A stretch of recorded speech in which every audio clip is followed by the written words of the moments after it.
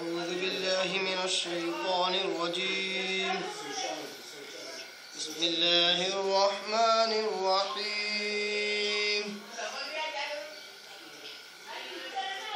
हाफ़िज़ू अलस्सलावाति वस्सलातिल वुस्ता वक़ूमू लिल्लाहि क़ानितीन।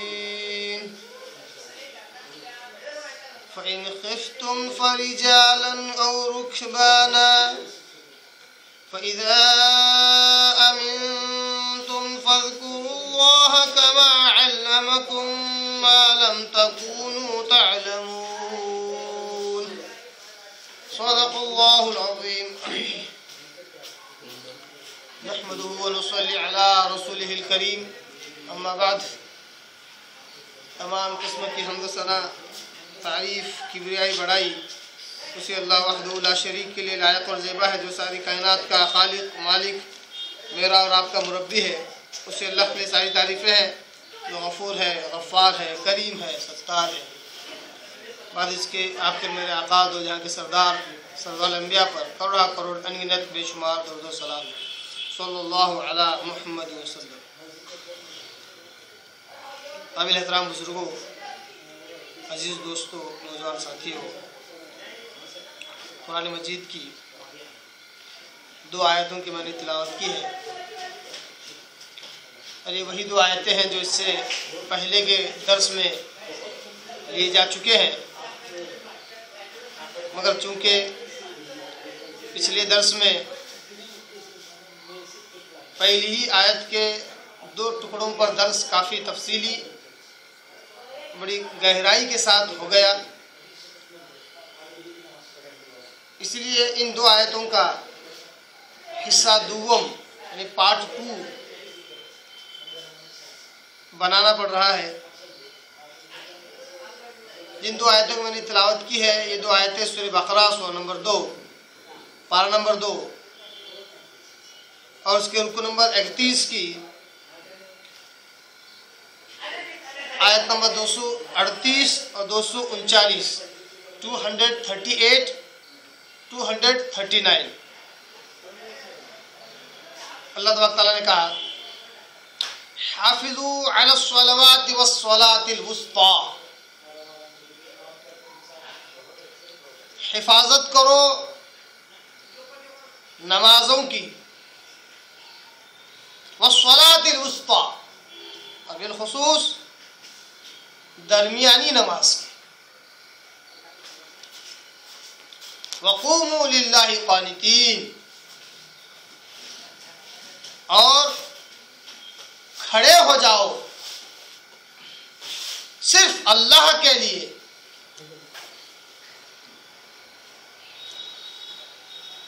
आजिज होकर, अपने आप को जलील करके खालिस अल्लाह के लिए खड़े हो जाओ। आयत नंबर 238 यहाँ पर मुकम्मल, आयत नंबर 239, फ़इन ख़िफ़्तुम फ़रिजालन औ रुकबाना, लिहाजा फ़इन ख़िफ़्तुम, अगर तुम्हें खौफ हो, अगर तुम खौफ की हालत में हो, फ़रिजालन और रुकबाना, तो फिर पैदल या फिर सवार होकर नमाज़ें अदा करो, कोई हर्ज नहीं है। फ़इज़ा अमिनतुम, और जब तुम अमन की हालत में आ जाओ, फ़ज़्कुरुल्लाह, अल्लाह का जिक्र करो। जिक्र से मुराद यहाँ पर नमाज, अल्लाह की इबादत करो, नमाज अदा करो, कमा अल्लमकुम, जिस तरह अल्लाह ने तुम्हें नमाज का तरीका सिखाया है, मालम तकूनू तअलमून, जबकि इससे पहले तुम्हें इसका कोई इल्म नहीं था कि अल्लाह की इबादत करने के लिए किस तरह नमाज पढ़ी जाए। मालम तकूनू तअलमून, इससे पहले तुम्हें कोई इल्म नहीं था। आयत नंबर 239। पिछले दर्स में ये दो टुकड़ों पर दर्स हुआ, हाफिज़ू अलस्सलावाति वस्सलातिल वुस्ता, यानी नमाजों की हिफाजत करो और उनको वक्त पर अदा करो, बिलखुसूस बिलखुसूस जिस नमाज की अहमियत के साथ अल्लाह तबारक तआला इस आयत में बयान करता है वो है दरमियानी नमाज, सलात उस्ता। सलात उस्ता पर काफ़ी तफसीली बहस हमने की, काफ़ी तफसीली रोशनी हमने डाली कि ये दरमियानी नमाज कहते किसको है। बाज़ ने फजर कहा है, बाज़ ने ज़ोहर कहा है, बाज़ ने असर कहा है, बाज़ ने मगरिब कहा है, बाज़ ने इशा कहा है। यहाँ तक कि अगर आप 5-6 तफसीरें उठा के देख लें तो सिर्फ इस अस्सलातुल वुस्ता के ऊपर आपको कम से कम 6-6, 7-7 पेजिस सफ़हात भरे हुए मिलेंगे कि सलात वुस्ता कहते किसको है। बहरहाल सही दलाइल, सही अहादीस की रोशनी में हमने सलात वुस्ता का जो माना मफ़हूम हमने देखा वो है सलात असर, यानी असर की नमाज। यहाँ तक पिछले दर्स में हो चुका था। अब आइए इसी आयत में 238 का एक आखिरी टुकड़ा है, वक़ूमू लिल्लाहि क़ानितीन। वक़ूमू क़ाम यक़ूमु से बना हुआ लफ्ज़ है। क़ाम यानी खड़े होना, है ना। इसी से एक उर्दू लफ्ज़ भी है कौम, जो कौम बोलते हैं इसी से बना हुआ है। इसी से एक लफ्ज़ बना हुआ है कायम, कायम होना, एक जगह जम जाना।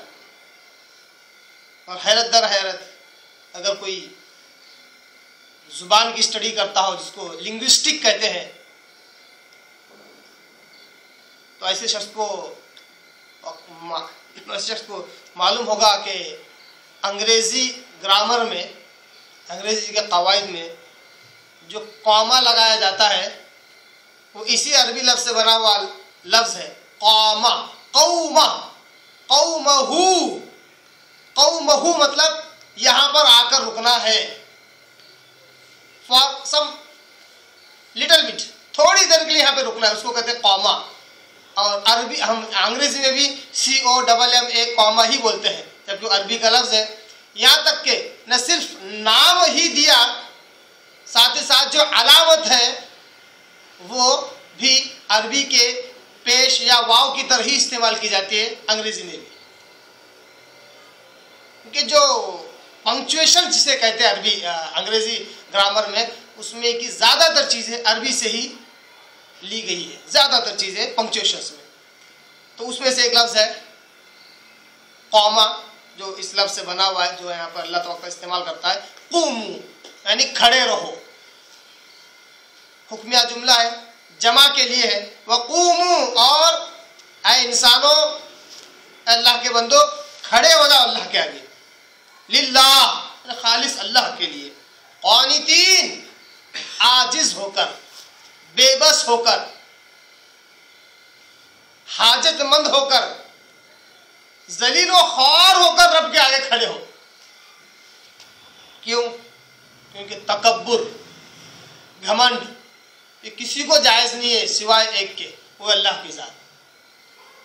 आप सल्लल्लाहु अलैहि वसल्लम ने हदीस में कहा कि तकब्बुर अल्लाह की चादर है। तकब्बुर क्या है? अल्लाह की चादर, इसे कोई और न ओढ़े और न अल्लाह का गजब उस पर आ जाएगा। यहाँ तक कि एक हदीस में आता है, सही बुखारी सही मुस्लिम की हदीस, आप सल्लल्लाहु अलैहि वसल्लम कहते हैं कि मर्तबा बनु इसराइल के ज़माने में, अब देखिए मामला बनु इसराइल का है, उस ज़माने में क्या हुआ हमें क्या पता, मगर नबी ने कहा कि बनु इसराइल के ज़माने में एक वाक़या ऐसे हुआ, इतना काफ़ी हो गया कि वाकई हिस्ट्री में, तारीख में यह वाक़या हो चुका है, क्योंकि नबी की ज़ुबान है। नबी ने कहा बनु इसराइल में एक शख्स था, एक दिन वो अपने पैजामे का को टखने के नीचे लटकाकर घमंड और तकब्बुर के साथ जा रहा था। अल्लाह तबारक व तआला ने उसकी इस घमंड की वजह से जमीन में इस तरह धंसा दिया, इस तरह धंसा दिया कि जमीन में वो धंसता गया, यहाँ तक कि आज तक धंस रहा है और कयामत तक धंसता रहेगा। ये हदीस के अल्फाज है, सिर्फ तकब्बुर की वजह से। तकब्बुर अल्लाह की चादर है, तकब्बुर अल्लाह का खासा है, इसको कोई इख्तियार न करे। इसलिए जब बिलखुसूस जब नमाज के लिए खड़े हो, इस आयत में बिलखुसूस जो इशारा है वो नमाज के लिए, क्योंकि ये दोनों आयतें नमाज ही के ताल्लुक से, जहाँ तलाक खुला के मसाइल चल रहे थे वहाँ पे अल्लाह तबारक तआला ने इन दो आयतों में नमाज का जिक्र किया। तो वक़ूमू कहकर अल्लाह ने नमाज ही की तरफ इशारा किया। और आम तौर पर भी बंदा अपने रब के आगे आजिज और बेबस और जलील और खार रहे। मैं बड़ा इज्जत वाला ये कहकर रब के आगे कभी खड़ा नहीं हो सकता। जब खड़ा होता है तो कोई जरूरत नहीं होती। अगर इज्जत के साथ अगर खड़ा होता है कोई शख्स रब के आगे तो उसको कोई जरूरत महसूस नहीं होती है, और जिसको कोई जरूरत महसूस नहीं होती है उसकी इबादत में उसको मजा भी नहीं आता है, इत्मीनान कल्ब भी नहीं होता है। कौवे की तरह चंद ठोंगे मारकर निकल जाता। क्यों? क्योंकि वो हर चीज से आरी है, सब कुछ है उसके पास, उसको किसी चीज की जरूरत नहीं है, इसलिए रब की भी जरूरत महसूस नहीं करता है। अल्लाह ने कहा ऐसा न करो, अपने आप को जलील व ख्वार और मोहताज समझकर रब के आगे खड़े हो जाओ। अल्लाह ने कुरान में जिन दूसरी जगह पर कहा, बड़ी प्यारी आयत है, अनोखी आयत है पूरे कुरान में जिनमें ऐसी, या अय्युहन्नास, मुखातिब किससे है? मुसलमानों से नहीं, सारे इंसानों से। या अय्युहन्नास, ऐ इंसानों, अंतुमुल फुक़रा इलल्लाह, तुम सब के सब अल्लाह के दर के फकीर हो, मोहताज हो। वल्लाहु गनियुन हमीद, अल्लाह तो बेनियाज और सतुदा सिफात है, सब कुछ अल्लाह के पास है और सतुदा सिफात, खूब तारीफ किया हुआ है। उसको चंदा जरूरत नहीं है कि बंदे उसकी इबादत करें, ये तो बंदों की गर्ज और गायत है कि वो रब की इबादत करे। अल्लाह को किसी किस्म की जरूरत नहीं है। तो रब के आगे जब बंदे खड़े हों तो आजिज और बेबस करके अपने आप को खड़ा करें। वक़ूमू लिल्लाहि क़ानितीन, नमाज में खड़े हों बिलखुसूस तो रब के आगे आजिज और बेबस होकर खड़े हों। एक और बड़ा अच्छा नुक्ता समझाता हूँ, हो सकता है बहुत सारी गलत फहमियाँ दूर हो। आयत का माना मफहूम ये अल्लाह तबारक तआला का जो मंशा, जो कहना है वो ये नहीं है कि आजिज से मुराद बिल्कुल ऐसे खड़े हो गए कि बिल्कुल जिसमें ताकत ही नहीं है, क्यों, अरे बहुत बहुत आजिज हो गए, ये माना मफहूम नहीं है। अगर यही माना मफहूम होता तो सबसे पहले नबी इस पर अमल करते, क्योंकि नबी के ताल्लुक से आता है कि एक मरतबा एक सहाबी ने देखा सुबह कि आप सल्लम के दोनों पैर सूजे हुए हैं, वर्म आए हुए हैं, मुतवर्रम है। पूछा अल्लाह के रसूल, आप तो बख्शे बख्शाए हुए हैं, आप तो बख्शे बख्शाए हुए हैं, फिर आप इतनी इबादत क्यों करते? रात भर तहज्जुद पढ़ी आप सल्लम ने, इबादत की तो इसकी वजह से पैरों में वर्म आ गए, सूज गए पैर। तो कहा अल्लाह के रसूल, आप तो बख्शे बख्शाए हुए, आपको इतनी बात करने की क्या जरूरत है? क्या कहते हैं आप सल्लम कि क्या मैं अल्लाह का शुक्रगुजार बंदा न बनूं? मैं शुक्रगुजार बंदा न बनूं?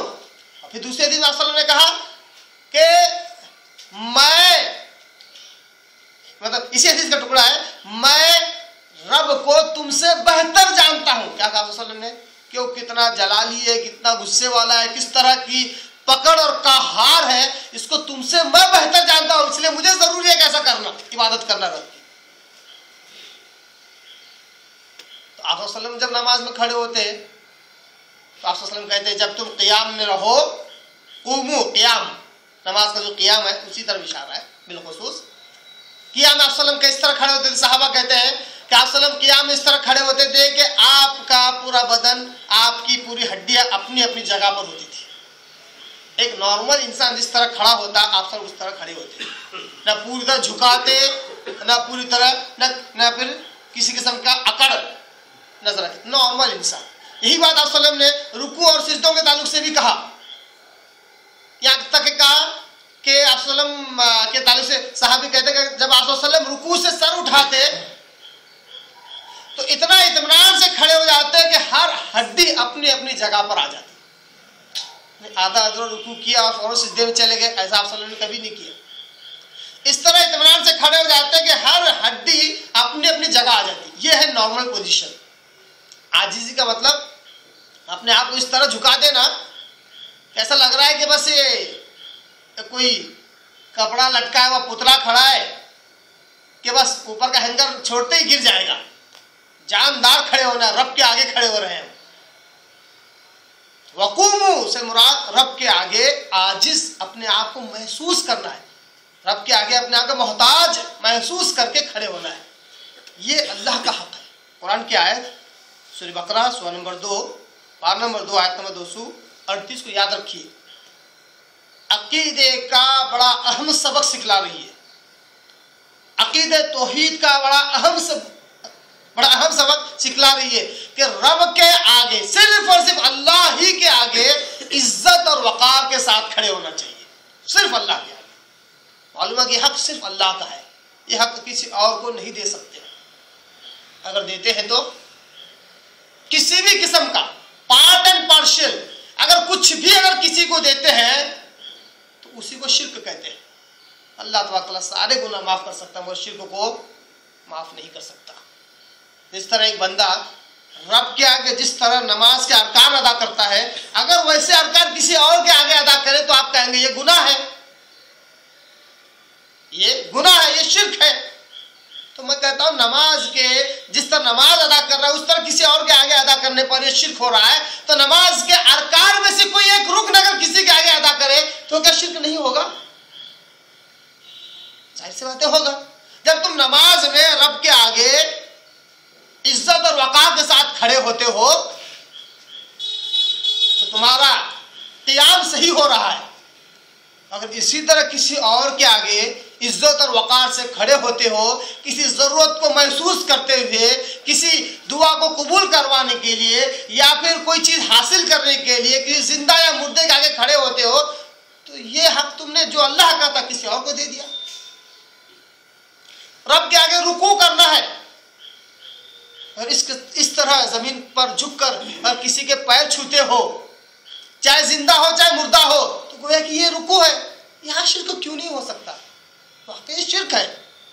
जिस तरह रब के आगे सिजदा करते हैं लोग, इसी तरह जिंदा या मुर्दा के आगे हूबहू सिजदे की शक्ल इख्तियार करके सिजदा करते हैं। ये शिर्क क्यों नहीं है? क्या ये नमाज के अरकान में से रुकन नहीं है? ये शिर्क है। अब लोगों ने तावीलें की कि देखो इज्जत वाला अलग रहता, ताजीम के लिए अलग रहता। इसके बहुत सारे दलाल, इससे पहले भी मैंने इस टॉपिक पर बहुत सारी बातें बयान की है कि इस्लाम में ताजीमन सिजदा भी हराम है। ताजीमन सिजदा भी, ताजीमन क़ियाम, ताजीमन रुकू, ये भी हराम है। मैं नहीं कह रहा हूँ, नबी सल्लल्लाहु अलैहि वसल्लम ने खुद कहा। आप सल्लम कहते हैं कि अगर औरत को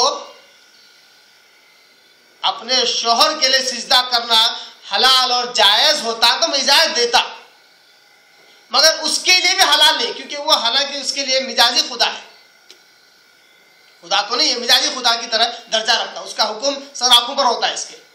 आप सल्लल्लाहु अलैहि वसल्लम ने कहा मैंने उसको भी इजाजत नहीं दी है, वो भी अपने शोहर के आगे ताज़ीम सिजदा नहीं कर सकती। तो इस तरह एक औरत अपने शोहर के ताज़ीम सिजदा नहीं कर सकती, ताज़ीम रुकू या क़ियाम नहीं कर सकती, उसी तरह माँ बाप के लिए भी ताज़ीमन रुकू सिजदे नहीं कर सकते, पेट में मुंडी नहीं डाल सकते, ताज़ीमन भी। हाँ, आप जो इज्जत का है, एक वक़ार है, मुसाफा करना है, गले मिलना है, ये एक अलग चीज़ है। बाज़ लोगों को मैंने ऐसे देखा है इसलिए बता रहा हूँ। और जहाँ जिस ख़ानदान से मैं आया हूँ वहाँ तो ये रिवाज ही है कि जब ईद आती है या जहाँ जिस जगह से मैं आया हूँ हर साल उर्स होता है, तो वो उर्स के दिन सारे बड़े बुजुर्ग बैठे होते कुर्सी पर, सब के आगे सिजदा करते हैं हम लोग। बिल्कुल ईद के दिन तो ज़्यादा के पैर पड़ते माँ बाप के, बुजुर्गों के। ये हलाल नहीं है, ये जायज़ नहीं है, यही शिर्क में दाखिल है। आपकी नीयत क्या है वो नहीं देखा जाता, आपका अमल देखा जाता है कि ये अमल शिर्किया अमल है और अल्लाह ताला इसको माफ़ नहीं करता। तो अल्लाह ही के लिए ताज़ीमन खड़े होना है, किसी और के लिए ताज़ीमन खड़े होना ये शिर्क में दाखिल है। और ये शिर्क फिल इबादात में आता है, यानी अल्लाह के साथ इबादतों में किसी और को शरीक करना, शिर्क फिल इबादत। शिर्क फिल इबादत आता है शिर्क फिल उलूहियत में, यानी अल्लाह ही को इलाह मानना, किसी और को इलाह नहीं मानना। गोया कि इस किस्म की हरकत किसी और के आगे अगर उसने की तो गोया कि उसने उसको इलाह माना। एक मिसाल दे रहा हूं बात को सिर्फ समझाने के लिए, क्योंकि वाकई ये बात छोटी बात नहीं है, बड़ी घिनौनी और बड़ी क्या कहते हैं बड़ी बेकार सी बात है कि बंदा रब को न पहचाने। मिसाल दे रहा हूँ, एक शख्स कहता है कि मैंने आज एक बड़ी अच्छी चीज़ देखी है, बड़ी अच्छी चीज़ देखी है, यहाँ तक इस्तेमाल भी किया मैंने। हमने पूछा क्या? तो पीला कलर है उसका, थोड़ा सा बदबू भी आती है, सिफात बतला रहा है। भले वो नाम न ले, जिन सिफात को बतला रहा है वो किसी अच्छी चीज की सिफात नहीं है। समझ में आ रही है? किसी अच्छी चीज की सिफात नहीं बतला रहा है वो। नाम लेना जरूरी नहीं है कि ये सिजदा हम ताजीमान कर रहे हैं। ये जो अमल है, ये जो सिफात है, जो अल्लाह की सिफात किसी और में तलाश करना, यही तो शिर्क है। तो अल्लाह ने कहा वक़ूमू लिल्लाहि क़ानितीन, ऐ अल्लाह के बंदो, ऐ इंसानों, अल्लाह ही के आगे इज्जत और वक़ार के साथ अपने आप को ज़लील व ख़ार करके, मोहताज करके खड़े करो। इसमें एक और माना मफ़हूम इस आयत का, वो ये कि नमाज में बिलखुसूस किसी किस्म की बात नहीं हो सकती सिवाय अल्लाह उसके रसूल ने जो सिखलाया वही अल्फाज के। एक वक्त था कि सहाबा, ये तो बहुत बात की आयत है हालांकि, और शुरू में भी मक्की दौर में आप सल्लम और सहाबा नमाज में होते, कोई आकर सलाम करता, वालेकुम सलाम बोलते, फिर नमाज जारी रखते। अल्लाह ने इस किस्म की आयतों के जरिए से सहाबा की तरबियत की, हमारी तरबियत की, क़यामत तक आने वाले इंसानों की तरबियत की, और कहा कि नमाज में खामोश खड़े रहो, दुनियावी बातचीत, इंसानी गुफ्तगू नहीं कर सकते सिवाय उसके जिसका अल्लाह उसके रसूल ने सिखाया है। इसलिए उलमा ऐसी आयतों और ऐसी अहादीस से ये मसला निकालते हैं कि नमाज में अरबी के अलावा कोई और जुबान नहीं चलती। अरबी में भी वही चीज़ें चलती है जो साबित शुदा है, या तो कुरान मजीद से कोई मसला मिले या आप वसल्लम की अहादीस से कोई मसला मिले। आयत में 238 यहाँ पर मुकम्मल। अब आइए बड़ा अहम मसला हम लेते हैं आयत नंबर 239 का। इसमें अल्लाह तआला कहता है फ़इन ख़िफ़्तुम, और अगर तुम खौफ की हालत में हो, तुम्हें डर है, खौफ है। इशारा किस चीज़ की तरफ है? इशारा इस तरफ है कि जंग का माहौल है, मैदान जंग है,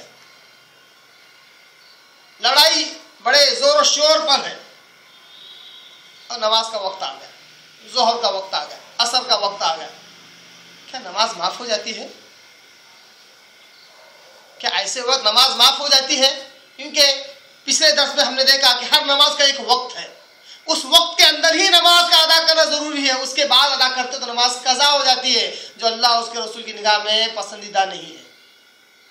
एक वक्त है, अगर जंग का माहौल हो, दुश्मनों के हमला करने का हर लम्हा हर पल अगर खौफ हो, इस वक्त एक मोमिन, एक मुसलमान किस तरह अल्लाह की इबादत करेगा, किस तरह नमाज पढ़ेगा? नमाज तो माफ हो नहीं सकती। नमाज तो मरने की आखिरी सांस तक फर्ज है, वाजिब है, लाजिम है, इससे बच नहीं सकता। इससे नमाज की अहमियत मालूम हो रही है कि अल्लाह ताला खौफ की हालत में, बिलखुसूस जंगी माहौल में किस तरह नमाज पढ़े, उसका मसला अल्लाह ताला यहाँ पर सिखला रहा है। क्या कहा? फ़इन ख़िफ़्तुम, अगर तुम पर खौफ तारी है, खौफ है किसी किस्म का, दुश्मन के हमला करने का अगर तुमको खौफ है, तो रिजालन, ये रिजलुन से बना हुआ लफ्ज़ है। रिजलुन अरबी में पैर को कहते हैं, रिजलाइन यानी दो पैर, इससे बना हुआ रिजालन यानी पैदल। यानी तुमको खौफ है तो जरूरी नहीं कि मुसल्ला बिछाओ, एक जगह मुकर्रर करो, किबला रुख हो जाओ और नमाज पढ़ो, ये जरूरी नहीं है। मसला अल्लाह ताला बयान कर रहा है। चलते चलते भी तुम नमाज पढ़ सकते हो। बिलखुसूस खौफ का जिक्र है, शदीद खौफ। हाँ, थोड़ा बहुत खौफ तो हर एक को होता है, उठते बैठते सोते जागते हर एक को खौफ है, वो उस खौफ की बात नहीं चल रही। शदीद खौफ, खौफ शिद्दत वाला हो, तो अल्लाह ने कहा चलते चलते भी तुम नमाज पढ़ सकते हो। और रुकबाना, या फिर सवारी पर भी, रुकबाना राकिबुन यानी सवार,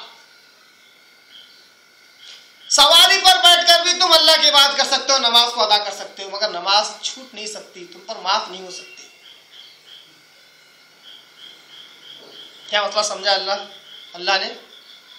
अगर तुम बिलखुसूस शिद्दत वाली खौफ में हो, दुश्मन के हमला करने का डर है, या फिर ऐसा माहौल है, ऐसे हालात है, ऐसी सिचुएशन है कि बस फतेह होने ही वाली है, फतेह होने ही वाली है, सूरज गुरूब हो रहा है या फिर ज़ोहर का वक्त है, इशा का वक्त है, फजर का, बस फतेह होने ही वाली है। अब वो बेचैनी एक अलग होती है। ऐसे वक्त क्या करें? नमाज छोड़ दे? अल्लाह ने सहूलत दी और कहा कि अगर तुम ऐसी सिचुएशन में हो तो चलते चलते भी नमाज पढ़ लो, इशारतन भी नमाजें पढ़ लो, सवारी पर बैठे बैठे नमाज पढ़ लो। किबला रुख होना शर्त नहीं है, किबला रुख होकर भी बगैर किबले के भी अल्लाह तबारक तआला ने कहा कि तुम्हारी नमाज हो जाएगी। क्या दलाइल है इसके?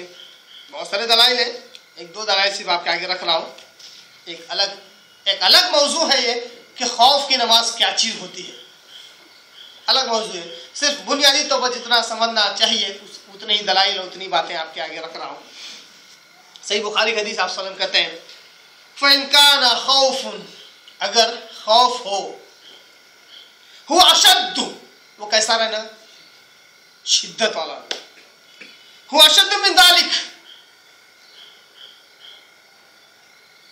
सल्लू रिजालन क़ियामन अला अक़दामिहिम, तो उसको मैं नमाज को अदा करो पैदल भी, खड़े खड़े भी, रुकू सिजदा करना भी जरूरी नहीं है। इसमें इशारा समझ में आ रहा है, ये दलील है, सही बुखारी की हदीस है जिसके अरबी अल्फाज आपके आगे पढ़ रहा हूँ।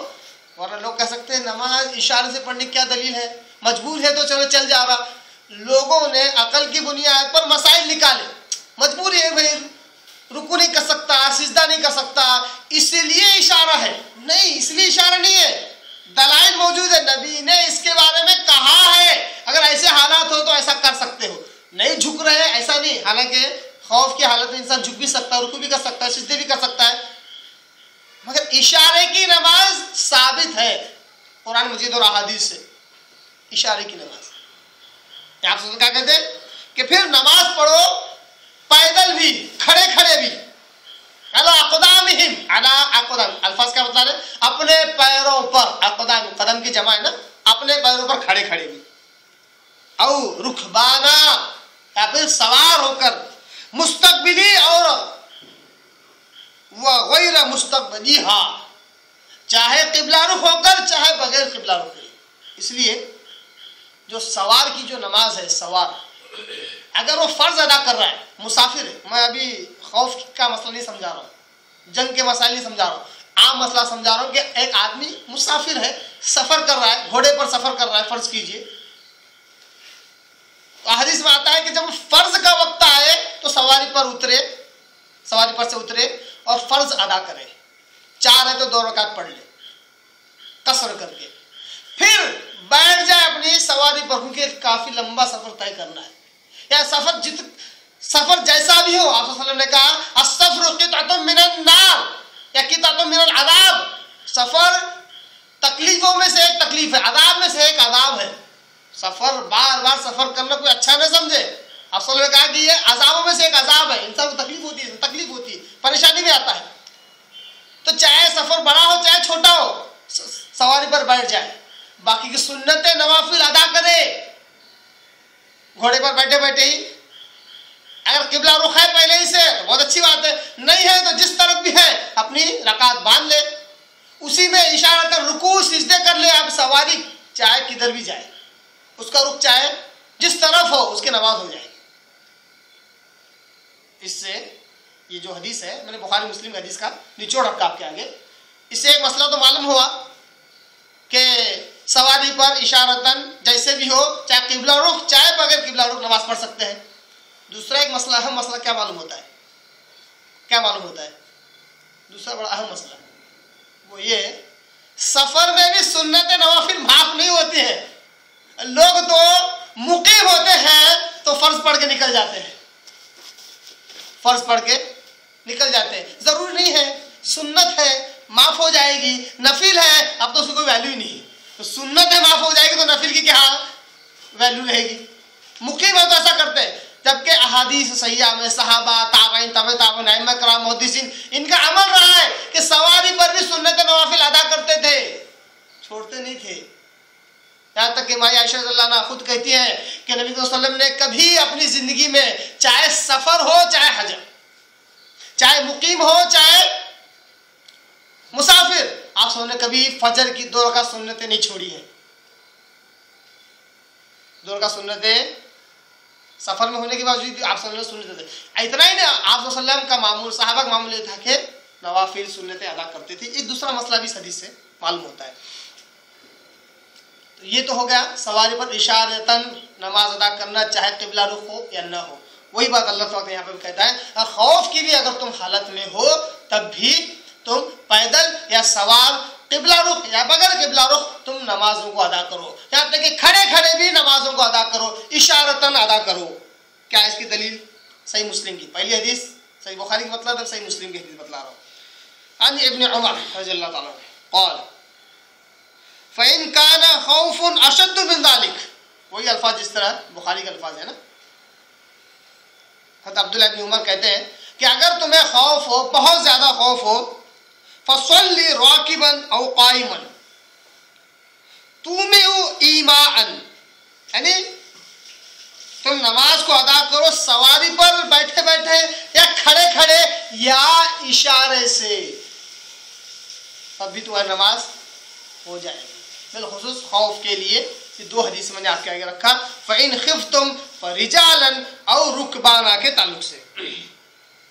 ये एक और अहम मसला देख ले, हो सकता है बाद हजरात को मसला हजम न हो, क्योंकि ऐसा होता है कि जब इंसान पैदा होता है तो अल्लाह ने कुरान में कहा कि इंसान अपनी माँ की पेट से इल्म लेकर नहीं पैदा होता। इल्म लेकर जब वो पैदा होता है तो वो अनजान होता है, बेइल्म होता है। ये मामला न सिर्फ माँ के पेट का है, बल्कि इंसानी जिंदगी के ऐसे अदवार होते हैं जहाँ पर हर बार इंसान पैदा होता है। कहता अच्छा ये अनोखी बात है, इनको पहली बार मालूम थी।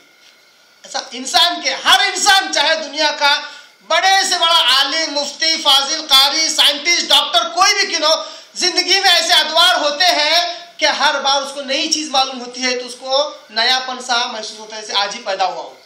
नॉलेज है, इल्म एक समंदर है, वो कभी खत्म नहीं होता, इसकी कोई लिमिट नहीं है। और जिसने ये कह दिया कि मैं तो आलिम हूं, मैं तो जानने वाला हूं, आई एम द स्कॉलर, तो समझ लीजिए कि उसका सीखने का दरवाजा बंद हो गया। इतना ही नहीं, हदीस में तो आता है कि अल्लाह तआला इतना नाराज हुआ मूसा अलैहिस्सलाम से एक मर्तबा, जब मूसा अलैहिस्सलाम खुतबा देने के लिए खड़े हुए और कहा कि मुझसे बेहतर कोई आलिम नहीं। अल्लाह इतना नाराज हुआ कि सफर में रवाना कर दिया, जो सूरह कहफ में सफर मिलता है, जाओ तुमसे बेहतर आलिम है, उनकी सोहबत में रहो। हालांकि मूसा अलैहिस्सलाम जलीलुल कद्र, इतने जलीलुल कद्र के क्या बताएं, बहुत गुस्से वाले, इल्म भी माशाअल्लाह बहुत जबरदस्त था, और मैं आलिम हूं कहने पर अल्लाह ने सफर पे रवाना किया। आजमाइश, कैसी कैसी आजमाइश हुई आपको सूरह कहफ के वाक़े से मालूम होता है। तो जो आदमी ये कहे कि मुझे सब मालूम हो गया, उसका सीखने का दरवाजा बंद हो जाता है। तो बात यहां से निकली थी कि हो सकता है मसले ऐसे आए जो लगे कि अनोखी बात है, हमें नहीं पता, होता है हर दौर में, यहाँ तक कि आखिरी उम्र में भी नई बात मालूम हो सकती है। इससे अचंभे में, ताज्जुब में नहीं आना चाहिए। इल्म इल्म है, कभी भी आ सकता है। और ये सबसे बड़ी बात है कि अल्लाह की तौफीक, अल्लाह अगर इल्म दे रहा है। और ना ऐसे कितने हैं जो कुछ नहीं जानते, अल्लाह तबारक तआला ने उन्हें धोखे में रखा हुआ है। एक ऐसी बीमारी उनको दे दी जिसको कहते हैं खुशफहमी की, I am the best, I know all thing. एक खुशफहमी है, हालांकि कुछ नहीं जानते। अल्लाह तबारक तआला हमें इल्म दे रहा है और उसका एहसास हो रहा है, तो बहुत बड़ी बात है। आइए हदीस देख ले, हवाला देता हूँ, सही मुस्लिम, अबू दाऊद, सुनन नसई और इब्ने माजा, सुनन नसई और इब्ने माजा। अन इब्ने अब्बास, अब्बास रज़ियल्लाहु ताला अन्हु जो मुफस्सिर कुरान है, इसी आयत की तफसीर में ये हदीस है। अब्दुल्लाह इब्ने अब्बास जो मुफस्सिर कुरान, आप सल्लल्लाहु अलैहि वसल्लम ने अब्बास रज़ियल्लाहु के बेटे अब्दुल्ला, उनके सीने पर हाथ मारकर कहा था, अल्लाह इसको कुरान का इल्म दे। किसने कहा था? दो जहां के सरदार आप सल्लल्लाहु अलैहि वसल्लम ने। अल्लाह इन्हें कुरान का इल्म दे। वो कहते हैं क़ाल फ़रज़ल्लाहु स्सलात अला लिसान नबिय्यिकुम, कहते हैं अल्लाह ने फर्ज की है तुम पर नमाज तुम्हारे नबी की जुबानी। अल्लाह ने नमाज फर्ज की, हमको कैसे मालूम हुआ? कुरान तो आज हमारे पास लिखा हुआ है, इसलिए हम कहते हैं कि कुरान अलग है हदीस अलग है। और आप वसल्लम के ज़माने में बताइए कुरान हदीस का फ़र्क कैसे करते हैं आप? हर लफ्ज़ तो आप वसल्लम की ज़ुबान से ही निकलता, चाहे वही की शक्ल में आए जो वही मतलू हो, चाहे वही गैर मतलू जो हदीस की शक्ल में, दोनों आप वसल्लम की ही मुँह से निकल रहा है ना। तो नमाज फ़र्ज हो गई, ये अल्लाह तबारक तआला ने आप वसल्लम के ज़रिए से, आप वसल्लम की ज़ुबान से कहलवा दिया कि ये मेरे बंदों पर ये चीज़ फ़र्ज है। फ़रज़ल्लाहु स्सलात अला लिसान नबिय्यिकुम। अब्दुल्लाह इब्न अब्बास कहते हैं कि अल्लाह तबारक तआला ने तुम्हारे नबी की जुबानी तुम पर नमाज को फ़र्ज की है। फिल हज़री अर्बअन, अगर तुम मुकीम है तो तुम पर 4 रकात। हदीस को समझिए, लफ्ज़ को अगर लफ्ज़ की गहराई में जाएंगे तो जल्दी माना समझ में नहीं आएगा। हदीस को के मफ़हूम को समझिए। फिल हज़री अर्बअन, मुकीम हो तो 4 रकात। व फिस सफ़री रकअतैन, अगर सफ़र में है तो 2 रकात। मतलब है कसर। क्या है मतलब? कसर। 4 की 2 बन रही है, वह मगरिब की 1.5 नहीं बनती है, 4 की 2 बनती है। असल बोलने का मफहूम जो कसर है, इसका कसर करना, सफर में है तो कसर करना है नमाज को। तीसरी बात, वफिल खौफ रकअ, और खौफ की हालत में हो तो सिर्फ 1 रकात। सही मुस्लिम, अबू दाऊद, सुनन नसई, इब्न माजा, 4 मशहूर हदीसी किताबों के हवाले दिया मैंने। इसके अलावा कम से कम 15 हदीसी किताबों के हवाले नाम दे सकता हूँ। इब्न अब्बास रज़ियल्लाहु अन्हु का कौल और आप वसल्लम की तरफ मरफू करते हुए, मंसूब करते हुए ये बात बयान की, और इमाम मुस्लिम रहमतुल्लाह ने अपनी सही मुस्लिम का इस हदीस को लेकर आए। खौफ की हालत ही ऐसी होती है कि इंसान कुछ नहीं कर सकता, तब भी नमाज छूटती नहीं, उससे माफ नहीं होती है। जैसे भी पढ़ना है, अगर 4 में से 1 भी पढ़ लेता है तो बहुत बड़ी बात है। यहाँ तो सब आसानी होने के बाद भी 4 तो क्या कभी मस्जिद की सूरत भी नहीं देखते हैं। 4 पढ़ना तो दूर की बात, मस्जिद की सूरत तक नहीं देखते हैं। इसलिए मैंने कहा ना कि मुसलमानों में ऐसे भी हैं जो बड़े क्या है, एक तो वो मुसलमान है जो बड़े क्या कहते हैं आठ के मुसलमान हैं, फिर जुमा को जुमा पढ़ने वाले, और कुछ मुसलमान हैं जो 360 के हैं, यानी सिर्फ ईदैन को जाते हैं। कुछ मुसलमान तो बिल्कुल ठाट के हैं, यानी कभी नहीं पढ़ते मगर मुसलमानों की लिस्ट में उनका नाम होता है, सबसे सलाम आदाब, इतनी चर्चा होती है, सारे लोग उनको पहचानते, ठाट के मुसलमान होते हैं। और कुछ तो इनसे भी गए गुजरे होते हैं कि बिल्कुल लोग खाट के होते हैं, कभी भी नहीं पढ़ेंगे और लोग उनकी नमाज पढ़ते हैं, नमाज जनाजा। अल्लाह ताला नमाज को माफ़ नहीं किया है। यहाँ तक के खौफ की हालत में अल्लाह ने कहा कि इशारतन पढ़ो, खड़े खड़े पढ़ो, सवारी पर पढ़ो, मगर ज़रूर पढ़ो। फिर आगे अल्लाह ने कहा, यहाँ पर जिम है, जहाँ पर अल्लाह ने कहा अगर खौफ की हालत में हो तो पैदल या सवारी पर इशारतन पढ़ा करो। उसके बाद आगे अल्लाह ने कहा फ़इज़ा अमिनतुम, अब तुम अगर अमन की हालत में आ जाओ तो फ़ज़्कुरुल्लाह, अल्लाह का जिक्र करो। अल्लाह का जिक्र से मुराद नमाज, क्योंकि नमाजी का तज़किरा चल रहा है। देखिए ये मफहूम, ये अंदाज, ये समझ आनी चाहिए कुरान को पढ़ते वक्त, कुरान को समझते वक्त, कुरान का माना मफहूम बयान करते वक्त कि आयत का बैकग्राउंड क्या है, आयत क्यों बयान की जा रही है, किस टॉपिक के ताल्लुक से है। तो अल्फाज का माना भी उस तरह चेंज हो रहा है। जैसे यहाँ पे जिक्र का माना नमाज लिया जा रहा है, क्यों? क्योंकि टॉपिक ही वही है, उन्वान ही वही है। तो अल्लाह ने कहा फिर अल्लाह के लिए नमाज पढ़ो, कमा अल्लमकुम, जिस तरह अल्लाह ने तुम्हें सिखाया, मा लम तकुनु तअलमून, इससे पहले तुमको मालूम नहीं था। फ़इज़ा अमिनतुम ये बतला रहा है। बहुत सारे असलाफ में सहाबा ताबईन वगैरह कहते हैं खौफ की हालत है तो पहला दर्जा ये है कि उसको ताखिर करे। क्या करे? ताखिर कर दे। वैसे और दूसरे बहुत सारे मसाइल हैं, ज़िम्नी इशारे के तौर पर बतलाता हूँ कि अगर बहुत ही ज़रूरी काम है, इतना खौफ है, जंग का माहौल है, ज़ोहर का वक्त हो गया, तो जोहर को ताखिर करे, जोहर को ताखिर करे। यहाँ तक के आप और सहाबा का अमल मिलता है कि जमा बैनुस सलातैन यानी दो नमाजों को मिलाकर पढ़ना, ये साबित है। ये हालांकि जोहर को असर के वक्त पे पढ़ रहे हैं, मगर जोहर असर मिलाकर पढ़ने की वजह से दोनों नमाजें वक्त पर अदा हो जाएंगी, ये अहादीस से मिलता है, आप का अमल मिलता है। इसी तरह अब मालूम है कि असर तक हमारी लड़ाई जारी रहेगी, यहाँ तक कि सूरज गुरूब हो जाएगा, हमें वक्त नहीं मिलेगा, तो जोहर के वक्त असर पढ़ ली जाए।